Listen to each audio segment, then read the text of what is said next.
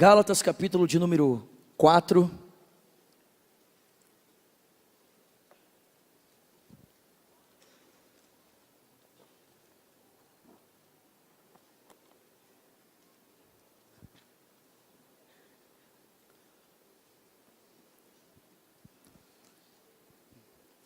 A partir do versículo de número 8.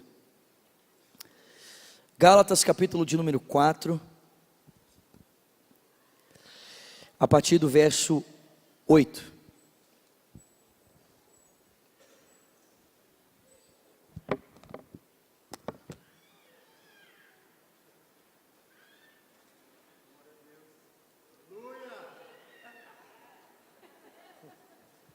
Irmãos, a minha esposa fala que quando o cadastro desamarra e ele fica balançando aqui, parece aquelas orelhas de cachorro assim, ó, que fica balançando.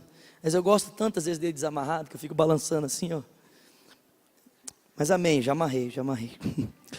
Gálatas 4, verso 8 diz: Antes, quando vocês não conheciam a Deus, eram escravos daqueles que por natureza não são deuses.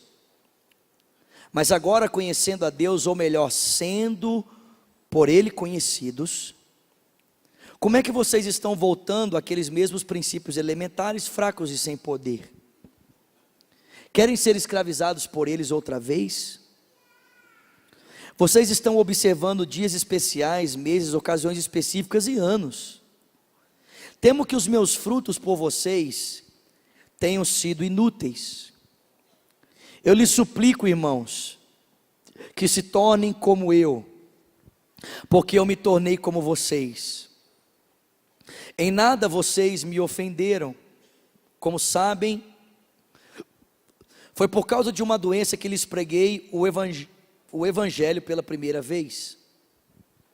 E embora a minha doença lhes tenha sido uma provação, vocês não me trataram com desprezo ou desdém, ao contrário, receberam-me como se eu fosse um anjo de Deus, como o próprio Cristo Jesus. O que aconteceu com a alegria de vocês? Tenho certeza que, se fosse possível, vocês teriam arrancado os próprios olhos para dá-los a mim. Tornei-me inimigo de vocês por lhes dizer a verdade? Os que fazem tanto esforço para agradá-los não agem bem, mas querem isolá-los, a fim de que vocês também mostrem zelo por eles. Olha, é bom ser zeloso pelo bem, e não apenas quando estou presente. Uma outra versão diz: é bom ser zeloso pelo bem, mas cada um deve sondar as suas motivações. Meus filhos, novamente estou sofrendo dores de parto por sua causa, até que Cristo seja formado em vocês. Eu gostaria de estar com vocês agora e mudar o meu tom de voz, porque estou perplexo quanto a vocês. Amém? Senhor, essa é a tua palavra. Fala aos nossos corações nessa noite, porque queremos ouvir a tua voz. Oramos pedindo ao Senhor que o Senhor nos dê olhos para ver, ouvidos para ouvir e um coração sensível para receber tudo aquilo que o teu Espírito deseja falar aos nossos corações. Nós oramos agradecidos em o nome de Jesus, e quem crê diga. Irmãos, há 2 semanas atrás nós já falamos um pouco sobre esse texto, mas eu gostaria ainda de tratar sobre uma porção dele muito importante para nós como igreja. Eu já disse para os irmãos que os Gálatas haviam sido alcançados pelo Evangelho de Jesus Cristo, haviam se convertido a Cristo e por isso haviam abandonado os ídolos para verdadeiramente servirem a Deus. Os ídolos que estavam presentes na região da Galácia, relacionados à agricultura, relacionados aos bens, à fertilidade. Eles haviam abandonado esses ídolos por causa da pregação do Evangelho para se converterem a Cristo e seguirem a Cristo. Mas Paulo diz que esses irmãos estavam por um momento voltando para os ídolos. E quando a gente estuda um pouquinho da carta de Paulo aos Gálatas, a gente descobre que esses irmãos não estavam voltando para o mundo. O contexto que Paulo apresenta para nós na carta aos Gálatas é que esses cristãos estavam substituindo o relacionamento com Deus a partir da pessoa de Jesus por um relacionamento com Deus a partir do seu próprio esforço. Esses irmãos estavam substituindo a relação de confiança com Deus através dos méritos de Cristo para agora buscarem ter um relacionamento com Deus a partir do seu próprio esforço, observando, como o próprio Paulo diz, meses, dias, estações, regras, anos e assim por diante. E é por essa razão que Paulo então chama esses irmãos de idólatras. Por quê, gente? Porque tudo aquilo que substitui o lugar de Deus no nosso coração se torna um ídolo. E isso pode ser até mesmo a lei de Deus.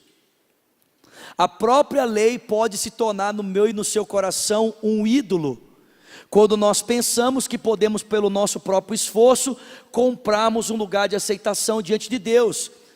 Então a lei se torna um ídolo, e por isso Paulo então censura esses irmãos, os chamando de idólatras.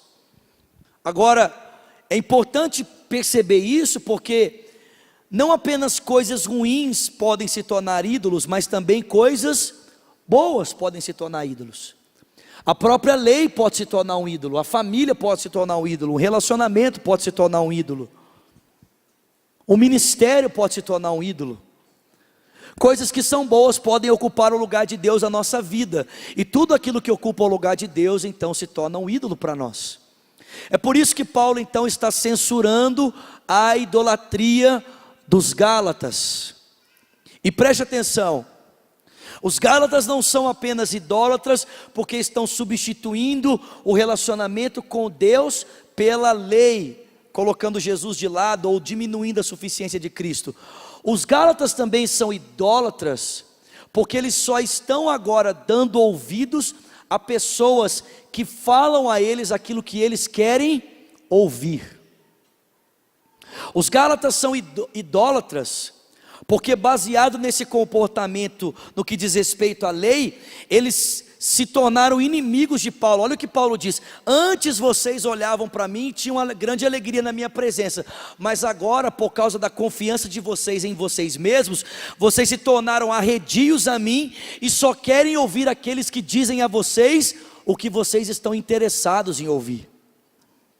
A idolatria dos Gálatas não é apenas voltada para a lei, mas é também voltada em direção a esses falsos ídolos. Eles não ouvem outras pessoas que dizem a eles a verdade, eles só querem ouvir aquilo que fomenta, aquilo que de alguma maneira fortalece essa crença errada que está no coração deles. Agora, a idolatria não é só dos Gálatas, a idolatria também é dos falsos mestres. Por quê? Porque os falsos mestres buscam a sua aprovação por meio do reconhecimento de outras pessoas a sua mensagem. Os falsos mestres, eles não conseguem ter a sua afirmação quanto à salvação no amor de Deus, não, eles precisam que outras pessoas o aplaudam para que eles se sintam aprovados por Deus. Então os Gálatas adoram a lei e adoram os falsos mestres, e os falsos mestres adoram a si mesmos, e é o resultado daquilo que fazem, porque dependem do aplauso de outras pessoas para que se sintam aprovados por Deus. O Paulo vai dizer que a maneira como ele vive é completamente diferente da maneira como os Gálatas vivem, porque a mensagem que eles estão crendo agora os está enrijecendo para a pessoa de Paulo, ao ponto de eles rejeitarem o relacionamento com Paulo, o que antes não era assim. Antes, se dependesse dos Gálatas, eles arrancariam seus próprios olhos para dar a Paulo numa situação de enfermidade. Mas Paulo vai dizer: olha, porque eu creio no Evangelho e baseio a minha vida no Evangelho, eu fui transparente com vocês. Mesmo quando estava enfermo, preguei o Evangelho a vocês, vocês conhecem a minha vida. Eu fui flexível a vocês, eu me adaptei a vocês, eu vivi com vocês, eu busquei estar ao lado de vocês para que vocês pudessem aprender a mensagem, para que vocês pudessem ouvir a mensagem. E mais do que isso, irmãos, Paulo não apenas ele foi flexível, Paulo não apenas ele foi transparente, como ele também teve autoridade para pregar o Evangelho a esses irmãos a partir da sua própria vida, do seu próprio testemunho. Mas os Gálatas estão agora olhando para a vida de Paulo, baseados nesse falso ensino, e estão desprezando o apóstolo, estão tirando completamente a sua credibilidade, a credibilidade do seu ministério. E por que que isso está acontecendo? Por que que a lei está ocupando o lugar de Deus no coração dos Gálatas ao invés de Cristo? Porque eles estão negligenciando um princípio do evangelho muito importante. Olha o que Paulo diz no versículo 9: mas agora conhecendo a Deus, ou melhor, sendo por Ele conhecidos, como é que vocês estão voltando àqueles mesmos princípios elementares, fracos e sem poder? Perceba, meus irmãos, a fé cristã não depende tanto do quanto nós conhecemos a Deus. A fé cristã tem muito mais a ver com o fato de Deus nos conhecer. Nós não somos cristãos pelo tanto que conhecemos a Deus. Nós somos cristãos pelo fato de que Deus nos conhece. E Jesus deixa isso muito claro para mim e para você, sim ou não?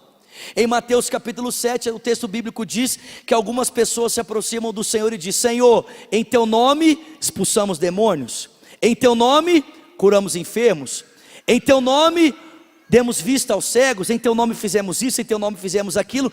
E Jesus vai dizer: apartai-vos de mim, vós que praticais a iniquidade, porque eu não vos conheço. Perceba, meu irmão, o problema não era o conhecimento das pessoas, o problema é que Jesus não conhecia elas. Elas conheciam Jesus, conheciam o seu nome, conheciam o poder do seu nome, conheciam aquilo que elas poderiam fazer em nome de Jesus, mas não é interessante, nada disso garantiu que elas fossem salvas. Porque a grande diferença no cristianismo não é o quanto nós sabemos sobre Deus, mas o quanto Deus sabe sobre nós. Porque o nosso conhecimento sobre Deus, ele é volútil. Nosso conhecimento sobre Deus, ele é variável. O que é que garante que amanhã você vai acordar crendo no evangelho e perseverando na salvação? É a sua capacidade? O que te garante que amanhã, quando você abrir os olhos, você ainda vai estar confiando em Cristo como seu único suficiente Salvador e caminhando em direção à salvação? Alguém pode garantir isso aqui na sua própria força?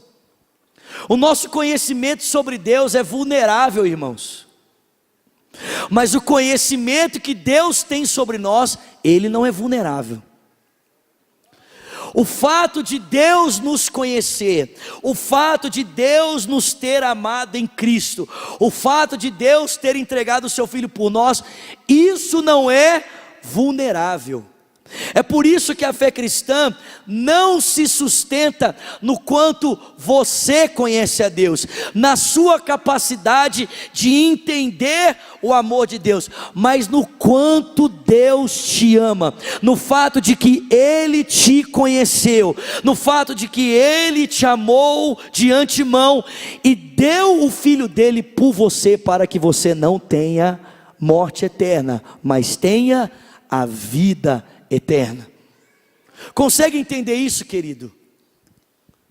Os Gálatas se tornaram idólatras porque eles começaram a desconfiar do amor de Deus.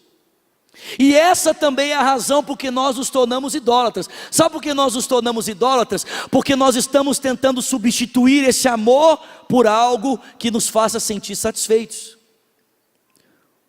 Quando alguém tenta firmar a sua identidade, quando alguém tenta provar para si mesmo, se sentir bem a partir de algo que não seja o fato de que Deus te ama e te conhece, a nossa tendência natural é nos tornarmos idólatras. Porque tudo aquilo que substitui o amor de Deus na minha vida e na sua vida, tudo aquilo que substitui o lugar de Deus se torna um ídolo.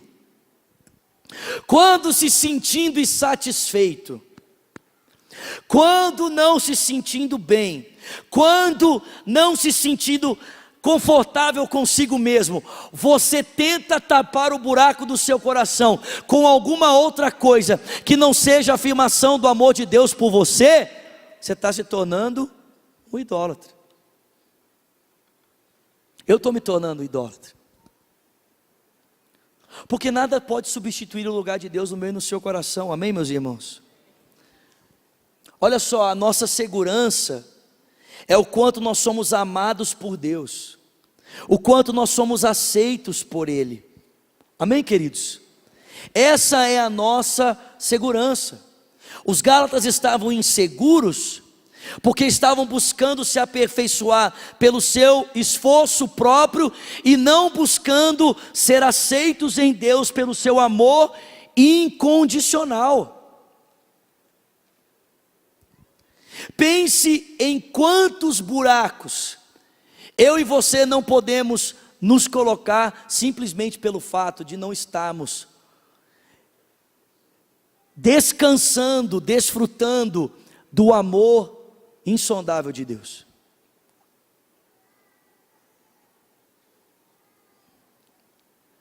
Pense em quantas vezes nós, por não entendermos que não é o fato daquilo que fazemos, mas o fato de Deus nos amar e de Deus nos conhecer, que garante termos um relacionamento com Ele, que nós então nos sentimos insatisfeitos e tentamos substituir o lugar de Deus no nosso coração. Escuta aqui,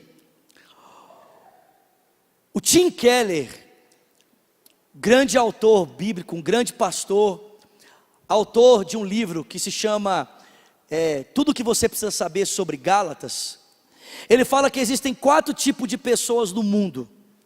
Existem 4 tipos de pessoas espalhadas na sociedade.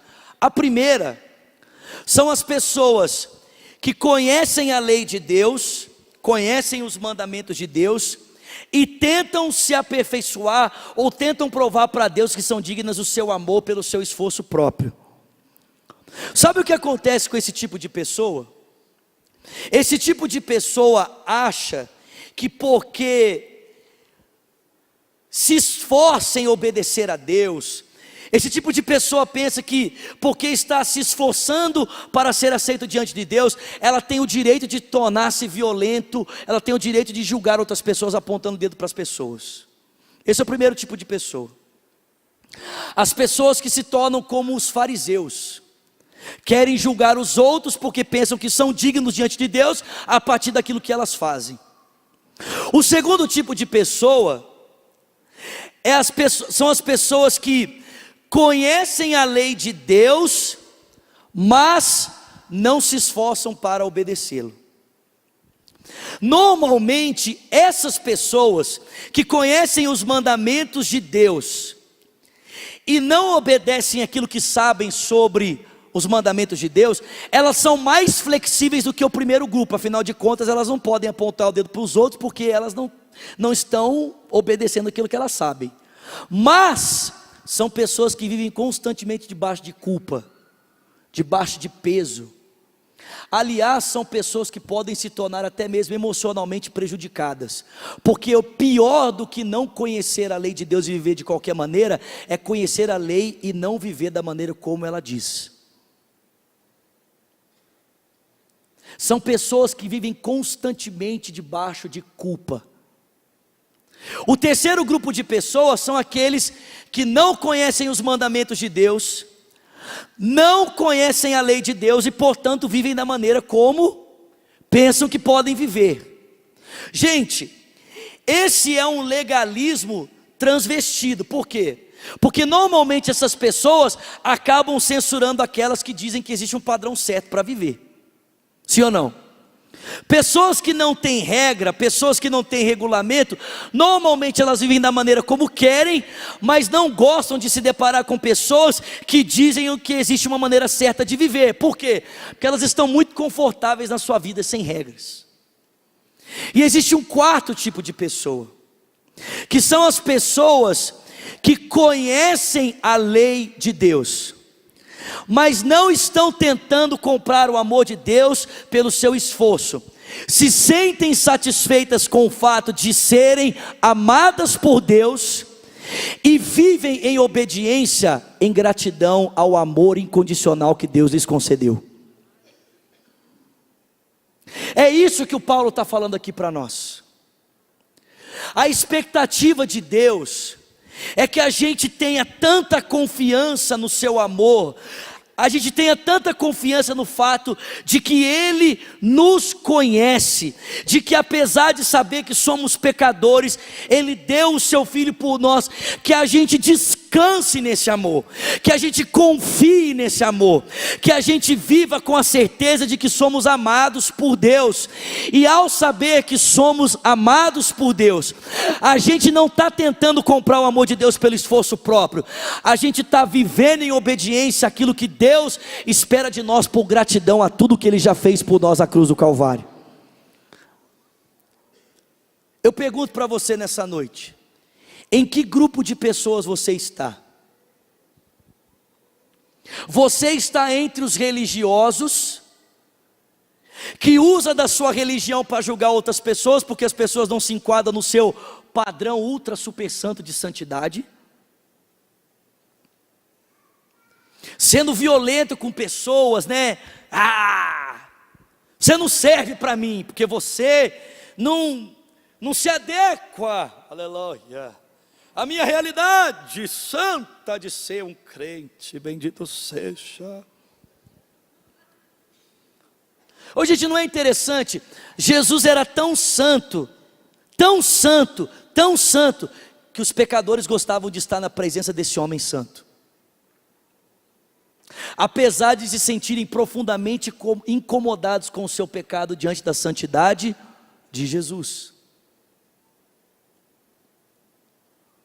Se a nossa santidade empurra as pessoas para longe de nós, talvez ela não seja santidade, seja apenas um grande legalismo. Ou você está no grupo das pessoas que conhece os mandamentos de Deus, e você é até flexível, né? Quando as pessoas começam a conversar, você fala assim, não pode, a gente não pode ser assim tão duro, tão rígido com as pessoas. Mas não é porque você experimentou da graça, é porque você tem culpa no cartório. Não é porque você assim está cheio da graça, cheio da misericórdia, que você fala assim, poxa vida, Deus é tão bom, Deus é tão misericordioso, que Ele está perdoando os pecadores e atraindo para eles, para que por meio do seu amor, os pecadores sejam transformados. A sua misericórdia não é fruto da graça, a sua misericórdia é fruto de culpa no cartório. Você prefere não falar da vida dos outros, afinal de contas a sua vida está...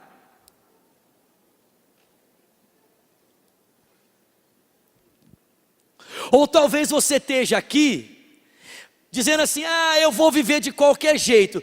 É um legalismo transvestido, porque você não aceita as pessoas que vivem debaixo de regras, porque você quer que todo mundo seja como você, que todo mundo viva sem regras. O desejo de Deus para nós, meus irmãos, não é que a gente nem esteja no primeiro grupo das pessoas, nem no segundo e nem do terceiro. Deus quer de nós a fidelidade do primeiro grupo, mas não para a tentativa de comprar o seu amor por gratidão. Deus quer de nós a misericórdia do segundo grupo, mas não porque a gente tem culpa no cartório, mas porque a gente conheceu a graça, e quem é perdoado sabe que não tem direito nenhum de julgar outras pessoas, porque Deus não se manifestou para julgar, Deus se manifestou para perdoar os pecadores.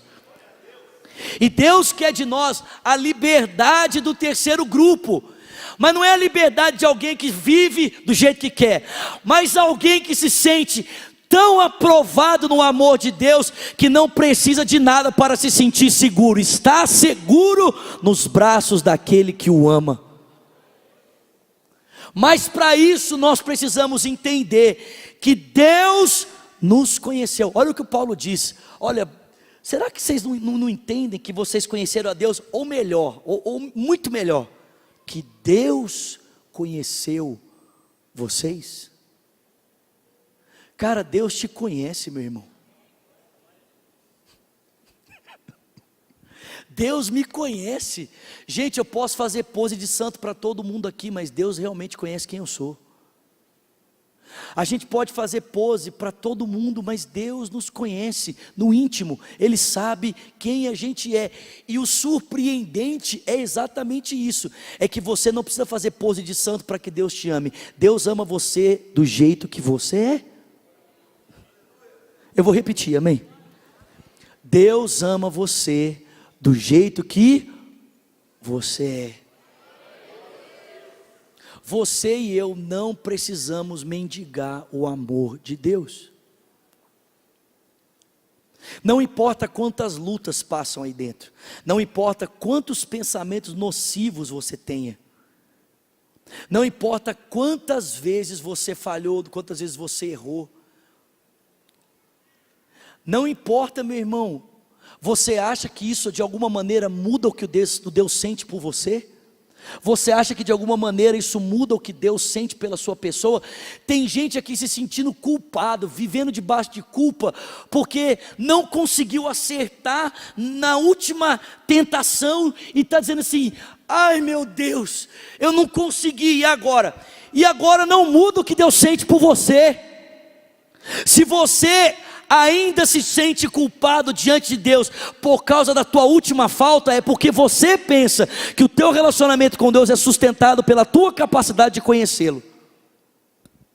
Se você ainda acha, se você ainda vive debaixo de culpa, de uma acusação, de uma opressão, por causa de alguma falta, por causa de algum erro, ou do medo de repente decepcionar a Deus com algo que você venha fazer, deixa eu dizer uma coisa para você: você vai decepcionar a Deus, e Ele sabe disso. Você e eu vamos falhar, e Ele sabe disso.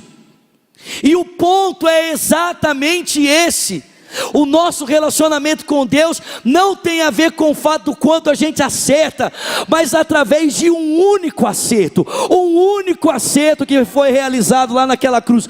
O Filho de Deus acertou por mim e por você naquela cruz, para que a gente nunca mais venha ter medo diante da presença de Deus. Você consegue entender isso nessa noite?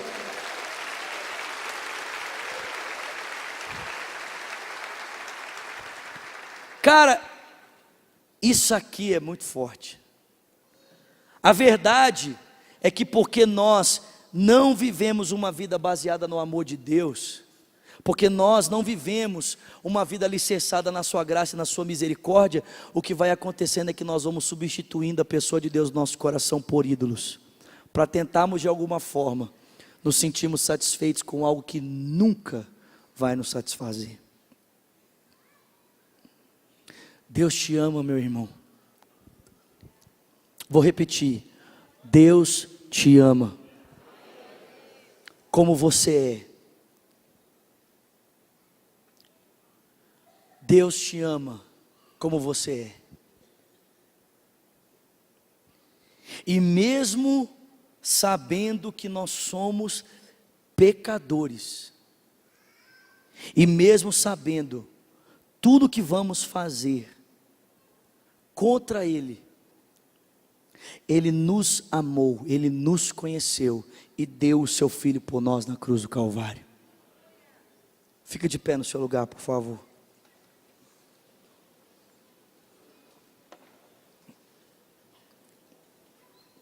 Olha o que o apóstolo Paulo diz em Romanos: ninguém tem maior amor do que esse,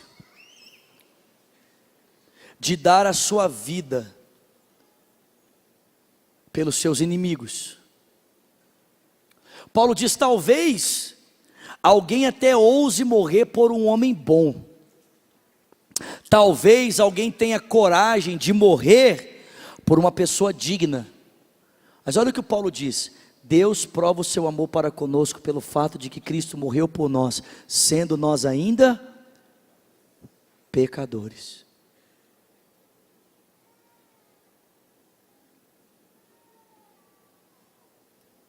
Sabe qual é a tristeza de quem tenta provar de todas as formas que é uma boa pessoa?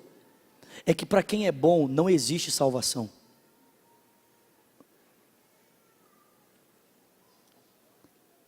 Porque Deus só pode salvar quem é doente. Deus só pode perdoar quem é transgressor. Deus só pode perdoar quem é pecador. Deus só pode perdoar a gente que é má. Gente que sabe que não merecia o que Cristo fez e que recebe esse amor com gratidão e vive em gratidão a esse amor, buscando em tudo glorificar o Filho de Deus, não por uma obrigação, mas como uma resposta de gratidão. Deus te ama, meu irmão. Deus te ama, querido. Deus nos ama.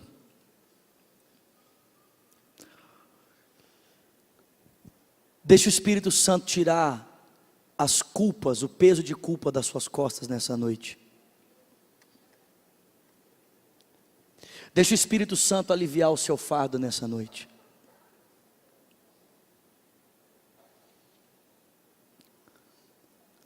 Deixa o Espírito Santo afirmar ao seu coração que você é um filho amado em quem Deus tem prazer. Não por aquilo que você faz, não por aquilo que você fez, mas por aquilo que Cristo fez por você na cruz.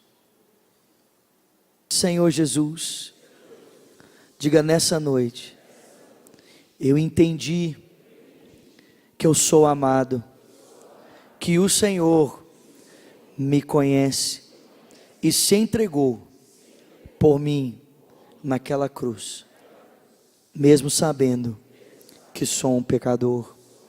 Eu sei que não mereço. Diga, mas eu recebo a tua graça. Diga, eu deposito a minha confiança em ti, Jesus. Diga, e confesso que tu és o meu Senhor, meu Salvador. Ore também dizendo: e eu, Jesus, que um dia andei contigo em teu amor, mas como os Gálatas, eu me desviei. Diga, eu substituí o teu amor por um ídolo. Diga, nessa noite, arrependido, eu volto, na certeza de que o Senhor me recebe. Com seus olhos fechados, por favor.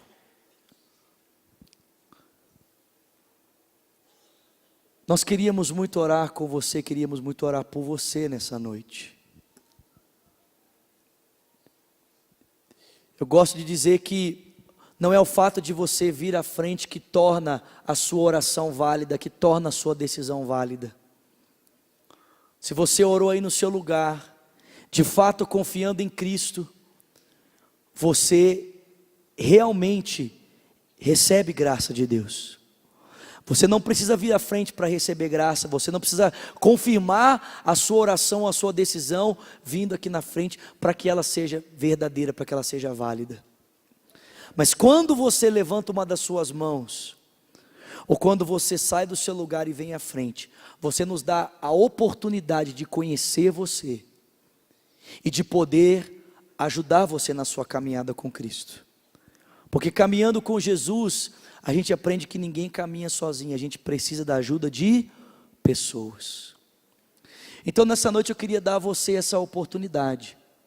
Se você fez essa oração, entregando a sua vida a Cristo, e você diz: eu quero ajuda de pessoas, eu quero pessoas que me ajudem a caminhar com Jesus, eu quero caminhar com pessoas que também decidiram caminhar com a pessoa de Jesus, eu quero viver a minha vida confiando no amor de Deus. Se você é essa pessoa, você quer receber essa oração, você quer receber ajuda, eu queria que você levantasse uma das suas mãos. A gente quer conhecer você e quer orar por você. Levanta bem alto, por favor, uma das suas mãos, para que a gente possa te conhecer, para que a gente possa orar por você. Existe alguém nessa noite que deseja tomar essa decisão? Você diz: eu quero ajuda, eu quero entregar minha vida a Jesus Cristo, eu quero caminhar com outras pessoas. Existe alguém? Levanta bem alto uma das suas mãos. Eu quero conhecer você, a gente quer conhecer você. Tem uma mão levantada lá em cima. Tem mais alguém? Levanta bem alto, por favor. Se eu não estiver vendo, gente, me ajuda aí, por favor. Existe mais alguém? Tem mais uma mão levantada aqui embaixo. Levanta para mim, por favor. Isso. Glória a Deus. Mais alguém nessa noite? Levanta bem alto uma das suas mãos. Tem mais uma mão levantada aqui. Glória a Deus. Eu já até veio aqui para baixo. Tem mais alguém? Levanta uma das suas mãos, por favor. Vocês que levantaram a mão, você pode vir aqui, por favor? Os diáconos vão ajudar isso. Vem cá, cadê a moça? Vem, isso, vem cá, por favor. Pode acompanhar ela, pode vir com ela, isso. Vem cá. Glória a Deus. Glória a Deus, amém, queridos? Amém, igreja? Glória a Deus. Pode vir, por favor. Enquanto o pessoal vem chegando, gente, lembrando que nós estamos reestruturando o plug, o ministério para recebermos as pessoas, para ajudarmos as pessoas, marcarmos gabinete pastoral, darmos informações sobre o culto, e a gente quer contar com você para isso. Muitas pessoas deram o nome semana passada, mas nós precisamos de mais pessoas, por favor. Se você quiser trabalhar com a gente, quiser servir aqui no culto, ajudar a gente, no final dessa celebração, eu peço que você procure o pastor Luiz Felipe, ele está aqui na frente, e ele quer tomar o seu nome para você poder ajudar a gente aqui, amém, gente? Glória a Deus. Obrigado que vocês vieram aqui, muito obrigado, muito obrigado. A gente queria orar por vocês também. Você pode estender suas mãos para cá, igreja, por favor? Glória a Deus. Senhor, obrigado por essas vidas, obrigado por esses queridos, ó Deus, que decidiram, Senhor, pedir ajuda, expor a vida deles, dizer, olha, eu preciso de ajuda, eu preciso da igreja, eu quero caminhar com Jesus, mas eu não consigo sozinho. Muito obrigado, Senhor. Nós oramos para que o Senhor nos ajude, Pai, a caminhar com eles em novidade de vida, que o Teu Espírito nos ajude a caminhar com eles, ó Deus, na vida abundante que o Senhor tem preparado para nós. Como igreja nós oramos com esses queridos irmãos, em o nome de Jesus Cristo, e quem crê diga, amém. Amém. Glória a Deus. Vamos aplaudir esses queridos aqui. Esse pessoal, se vocês permitirem, só para a gente poder entrar em contato com vocês depois, pode ser? É bem rapidinho, então podem acompanhá-los, é bem rápido. Glória a Deus. Vamos aplaudir mais uma vez, gente. Glória a Deus. Estenda suas mãos.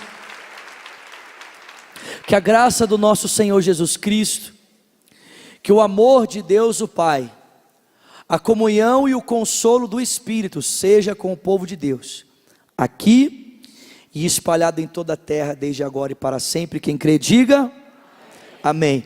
Vai na graça, vai na paz, Deus te abençoe, vai viver a melhor semana da sua vida, amém?